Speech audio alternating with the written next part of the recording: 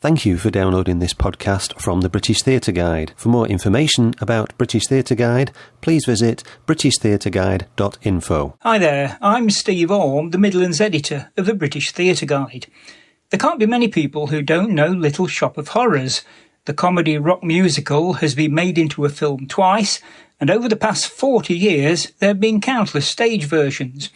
Now, Northern Stage and Derby Theatre are co-producing a new version of the show, which has been described as a madcap mashup of sci-fi, Motown and B-movie horror. Here are the cast in rehearsal. Well, that's an unusual story and a fascinating fact. Well, I may as well take $50 worth of roses while I'm here. $50? $50? $50? Yes, sir. Right away, sir. Can you break 100? 100? No, I'm afraid we closed the register for the day. Well then, I'll have to take just twice as many then, won't I? Twice as many? Twice as many? Twice as many? Shortly we'll be hearing from Kristian Cunningham, who plays Seymour, and Amena El-Kindy, who's taking the role of Audrey. But first, Sarah Brigham from Derby Theatre explains why she wanted to do Little Shop of Horrors. We knew we wanted to do a musical. Our audiences are telling us they want to do a musical. And this is actually my favourite musical. I grew up watching the film. Every tune, it's one of those, when you listen to the soundtrack, you don't skip over. You know, sometimes you're like, oh, we're at the ballad, I'll skip over that. When you're driving your car. Whereas with this soundtrack, every single one I listen to. So that's first and foremost because I love it and it's a great night out. But then secondly, it feels like it's a musical for now. It's talking about what happens to communities and people when they're left to decay. And what happens is they take the wrong turn, the right turn instead of the left, however you want to see it, and they're eaten up by corporate greed, and you know they feed the monster and they become part of this mass machine. And that felt like uncomfortably relevant right now. So it felt like a good time to do it, really.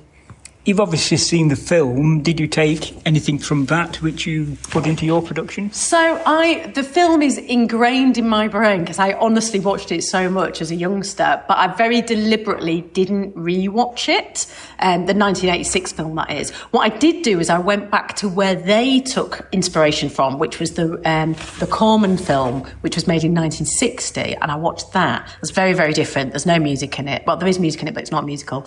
There's a young Jack Nicholson in it. So I watched that. You only have to watch it once, that's enough. And then you see why they turned it into the musical. But I very deliberately, once I knew I was directing it, I didn't want to kind of infect my brain with the film too much, because we can't recreate film. We've got to create our version. It's a co-production with Northern Stage. Yeah. Why? Natalie, who used to work for, who is now the artistic director, for Northern Stage, used to work for Derby Theatre. So she was our creative producer when I very first started 13, 14 years ago. And she's such an inspirational woman. I knew that I wanted to work with her on something. And we've been kind of talking about what might be possible. And when this came up, she was really keen on it too. And so we went into that strange relationship we called co-producing. You need two very strong lead actors in Seymour and Audrey for this. Did you have difficulty finding them? We did, and I've got the two best. So we are so lucky. So first of all, we've got Kristian. So Kristian's someone who I have long admired. I don't know if you remember, but back in 2018, Kristian and his company performed at our theatre for my fundraiser. And I remember standing at the back, being emotional anyway because of the day that it was, but just going, wow, that's immense. You know, that was absolutely extraordinary. So I've kind of long admired Kristian from afar and seen him in lots and lots of things. And then honestly, when Amena walked through the door as Audrey, I kind of went, that's who I want, like immediately. So there was like lots of possibles. And as soon as she walked through the door, I was like, that's who I want.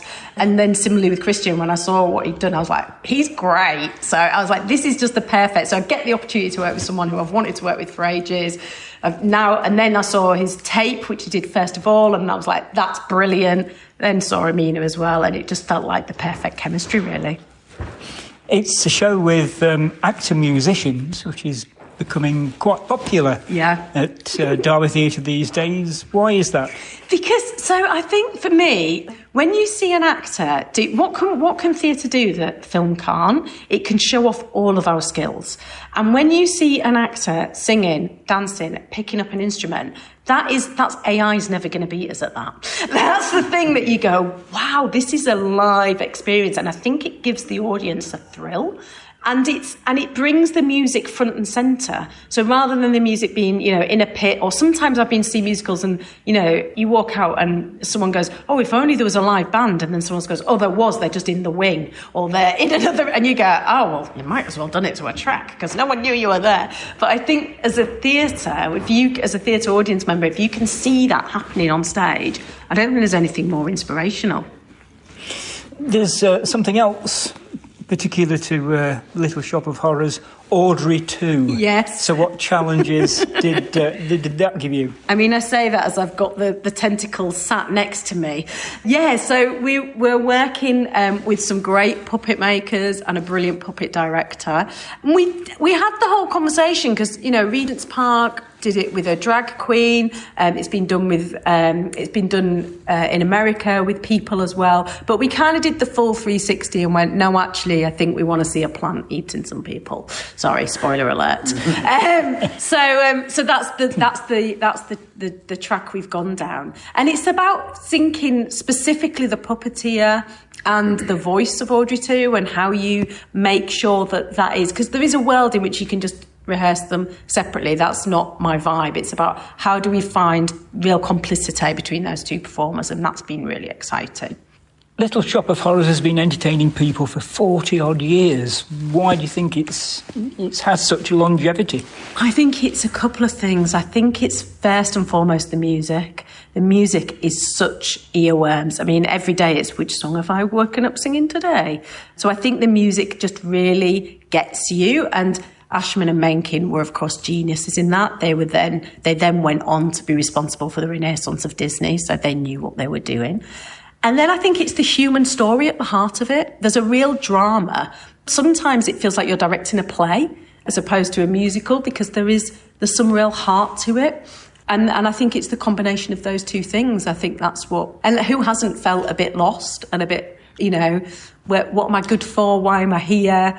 What should I do? And then, oh, should I do that? Is that right? Who hasn't felt that, I think. Derby-born Kristian Cunningham explained his reaction when he was told he got the part of Seymour. Utter shock and joy all at once. I mean, there's an absolute honour and privilege to do a show where you live, right?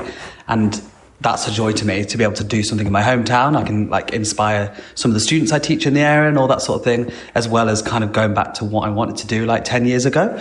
All those things kind of coming together is an absolute joy. And, sometimes you perform up and down the country, right? And you can't always have your friends or your family come and see you. So the thought of doing a musical in my hometown is I'm so grateful. It was shock, but utter joy and shock. And then I was dragged back into a panto rehearsal and I just couldn't think about anything else but that.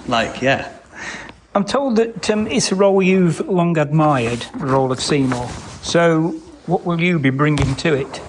So Seymour for me is this just lovable little guy that I think kind of he's a bit of a hero throughout the show at times. But I think basically when I was kind of younger at drama school, I was always told oh, you look nice, but you're just too small, is what I was always told.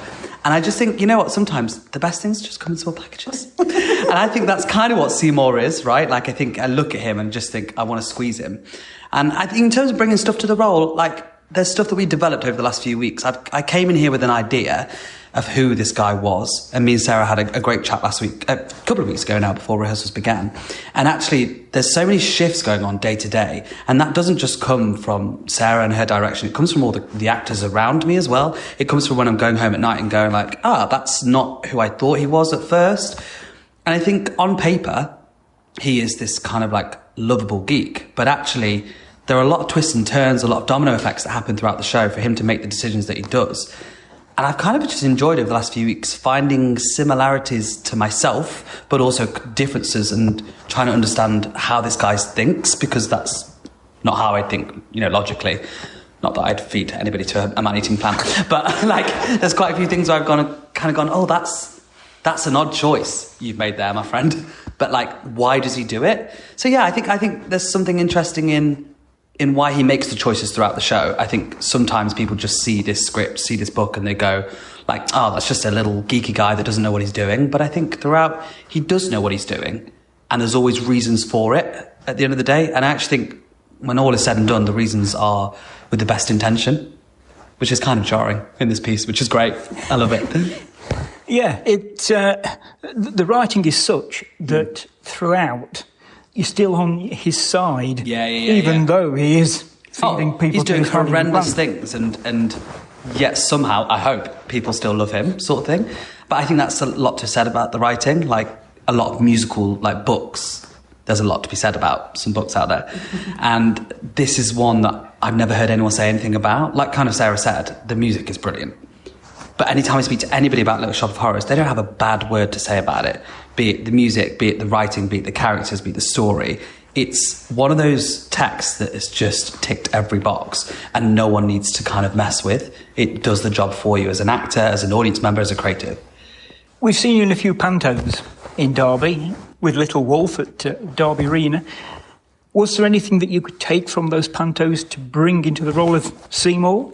Yeah, so I think there's quite a few comedy elements throughout this show, and there's quite a few times where you could play it towards a panto-style genre. But actually, there's been a joy in kind of me coming in, having that knowledge and going, let's do what I trained for originally, and that was to kind of, play the truth as well. But that's something that's really resonated with me when I had that initial chat with Sarah. Morgan Brind, who's the producer of Little Wolf, back in 2017 when I did my first show with him, I remember the first thing he said to us in that panto contract was, if the audience don't believe you, there's no point to this at all. And that is literally one of the first things that Sarah said to me when we sat down to talk about Little Shop. She's like, we have to believe this. And I was like, okay, this is something I'm getting on board with, because no matter what craziness a panto or a musical can bring you, if we don't believe as an audience, we're not going on that journey and we're not going to have a good night out. We want to understand and believe and take ourselves into that world, because, hey, everything going on outside his theatre is craziness. So we paid for a ticket. We've given our well-earned money. We want to come and be transported. So I think it's my job really to take people to that world and believe that plant is absolutely eating people. Have you watched the film of Little Shop? So, similar to Sarah, I watched it when I was younger. And then, again, when we had this chat, I was like, should I watch it? And she immediately said no. And I was like, great. Because there's a joy in a show that's been done so much, right?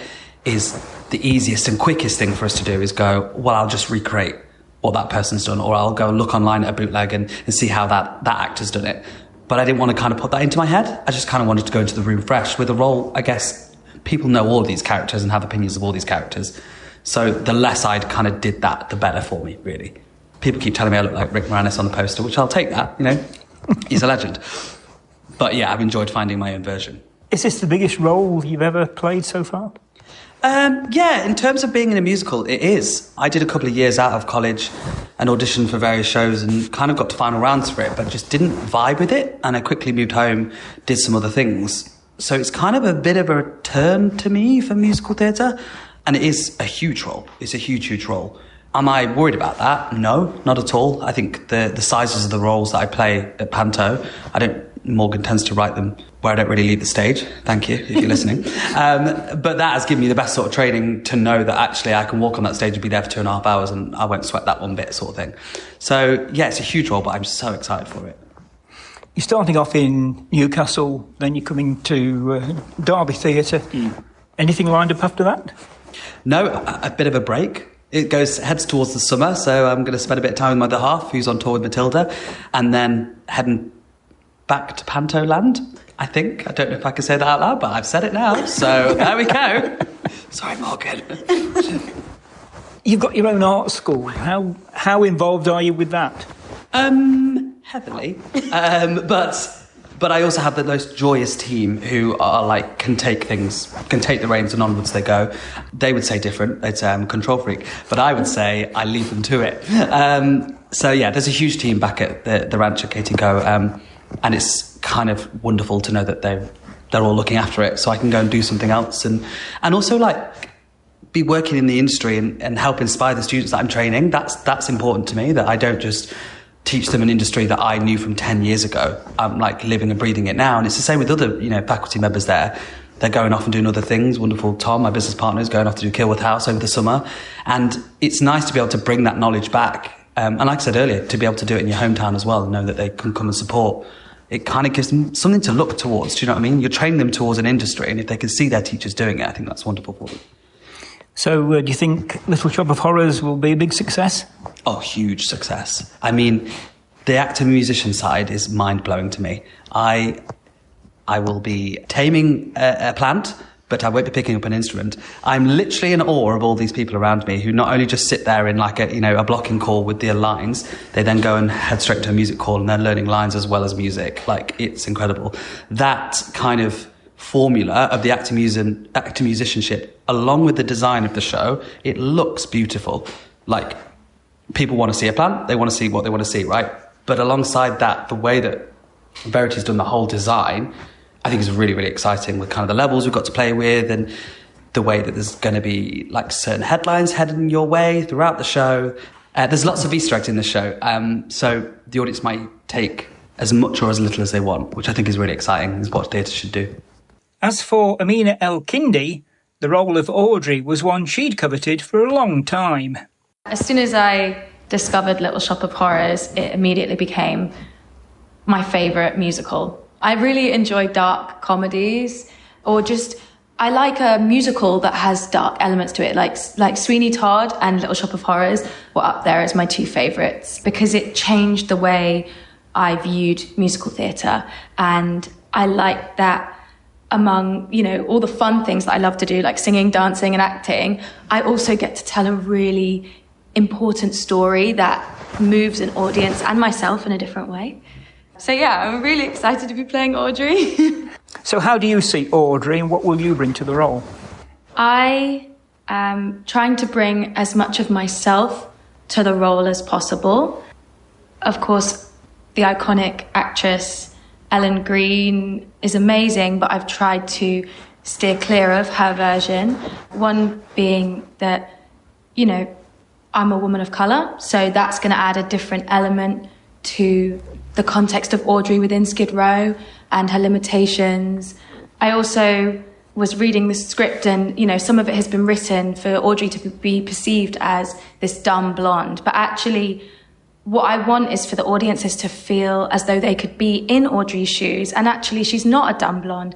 She might be a woman who is neurodivergent and hasn't got the support that she needs to escape the world that she's living in. And, as a woman also in an abusive relationship, as opposed to seeing her as just, a pathetic or helpless woman, actually seeing her as a woman who's taken control of her life and acceptance of her life and, doing the only thing she knows how to do, right? So, yeah, I really want the audiences to empathise and relate to Audrey's story and her perseverance. Some people have played this role and they've used the voice in a certain way. Have you concentrated on that at all? Yeah, I have. I'm actually a really big nerd for dialect. So I really enjoyed working with our dialect coach, Anita. Obviously, a lot of people, again, know the iconic lisp from Audrey. I'm choosing to not do that. I'm going to do my own version of her voice. I really want to get it as close to that sort of mid-century Bronx accent as possible. And yeah, maybe also playing with the comedy of that brilliant accent as well. You played Eponine in Les Miserables. How does Audrey compare to Eponine? How do I say this without spoiling it? But, I do get to die in the arms of the man I love again. You probably can't add that in. They're both characters who have a want song. They're both characters who tend to be a fan favourite, and whereas Eponine was this youthful character pining for a boy, I think Audrey is actually quite accepting of her situation and is pining for a life that she knows she can't have. So yeah, like I seem to have fallen into the sort of unrequited love life sort of box at the moment, but I love it. I love bringing as much individualism to the characters as possible, and I feel so grateful that I've got to play two iconic roles at such a young age, you know. And what have you got lined up after Little Shop? I can't tell you, but I will be starting rehearsals for another show in August, and which will be a total curveball again. So actually veering away quite drastically from Eponine and Audrey.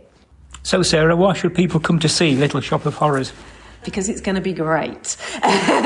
Because I think you'll have a great night out, no doubt. Fantastic music, fantastic performers. I can't underline enough how already, we're only in week 2 of rehearsals, and already every day I'm walking away going, oh, I cast that right. Oh, they're brilliant. So there's that. But also that you'll get the drama as well. It's not just a bit of fluff. There's real heart to it. So I think you'll have a great night. I think you'll be moved. Yeah. And who doesn't want to see a man-eating plant? Little Shop of Horrors will open at Northern Stage in Newcastle from Friday the 8th until Saturday the 23rd of May. It will then transfer to Derby Theatre from Saturday the 30th of May until Saturday the 20th of June. You've been listening to a podcast from British Theatre Guide. For more information, please visit britishtheatreguide.info.